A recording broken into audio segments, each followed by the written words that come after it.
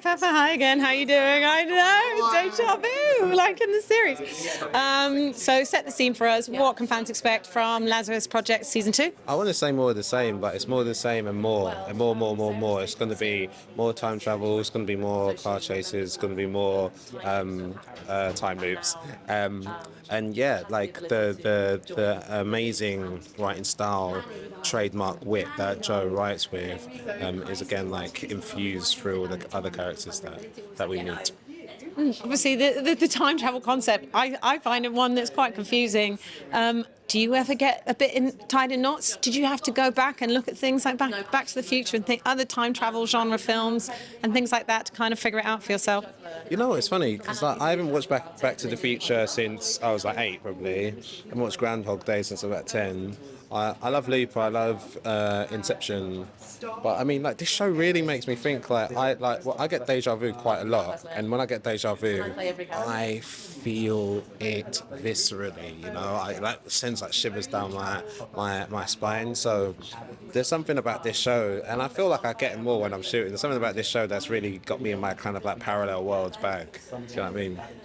And working with Joe Barton, I mean, as we were talking about earlier, Giri Haji, for example, you know, we already saw how he has the skill of just making these incredible shows, which also have the drama, but also the levity and all these philosophical questions. What is it about working with him that's so amazing? I mean, like, he's got like his brain's built different. Do you know what I mean? He's got like an imagination that is just like so unboundaried, and he's got like such a skill and talent for like creating characters that feel real, they feel multi-dimensional, they feel like rooted in humanity, right? So like to be able to do that and make them exist within the context of these like big ambitious and purely like singular worlds, it's like something that not everybody can do. To do it with a sense of humor, as well as like having like people like care about like the underworlds of these people's characters, their feelings, their emotions. It's so difficult to do. So he's a talent that is being recognised in both in this country and internationally, and quite rightly so. All the sets and the production values and everything is so slick, but also an incredible cast. I mean, people like Caroline Quentin, absolutely formidable as Wes, and also your co-star. So tell us about being on the shoot and working with your fellow cast members. Yeah, it's a laugh every day, to be honest. Like, this is our second series, and we've obviously got to know each other so well.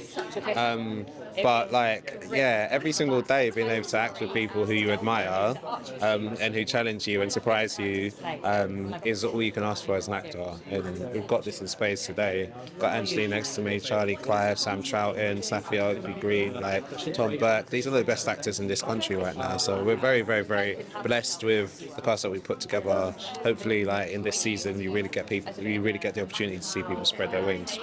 And, you know, what do you think people can take away from watching this show? I mean, it does, I think this genre, and in particular the premise, it does allow you to think about lots of points about our relationships, but also about who decides, you know, like who has authority about what happens and decides who is a terrorist, and issues about morality. What do you think the takeaways are? I mean, you'll take away what you want to take away from it, and that's the thing about like this show. It like genre hops so much. At one moment it feels like it's sat in the romantic comedy world, another moment it's sat in the deep sci-fi world, another moment it's sat in the geopolitical kind of save the world, you know. So depending on what your mood is or what you're in the mood for, you can take whatever you want from it. But I think that's like Joe's quite singular talent, being able to make all of those things exist in the same world without it feeling disjointed or too try hard. Just quickly, very finally, you've done so many amazing roles. I May Destroy You, as we were saying earlier, I saw you in The Effect on the stage, that cool Black Mirror episode. Now this, what are the highlights for you? How do you choose your roles? You just seem to, every project is something very cool. That's very kind of you to say that.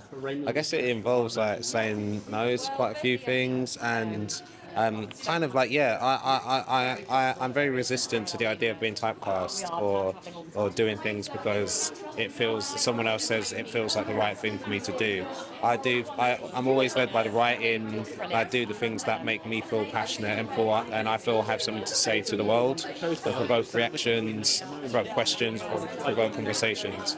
I hope to continue to be given the opportunities to do that, because like otherwise what's the point of what we do? Do you know what I mean? It's not really about like doing something because it makes you look good or makes you look smart or makes you look sexy or whatever. It's about like using whatever skills you have to be able to tell stories that allow people to learn things about themselves or teach ourselves about things. I mean, unique is definitely the word. I enjoyed making the first series so much, and yeah, Joe definitely left us on a cliffhanger at the end of the first series. So it's a real boon to be given the opportunity to do it again, and yeah, to be given the opportunity to expand the world that we created, to take George and see what happens when you stretch the potential of what he's capable of doing, believing or re-achieving or whatever. So yeah, coming back to do a season 2 has been quite joyful.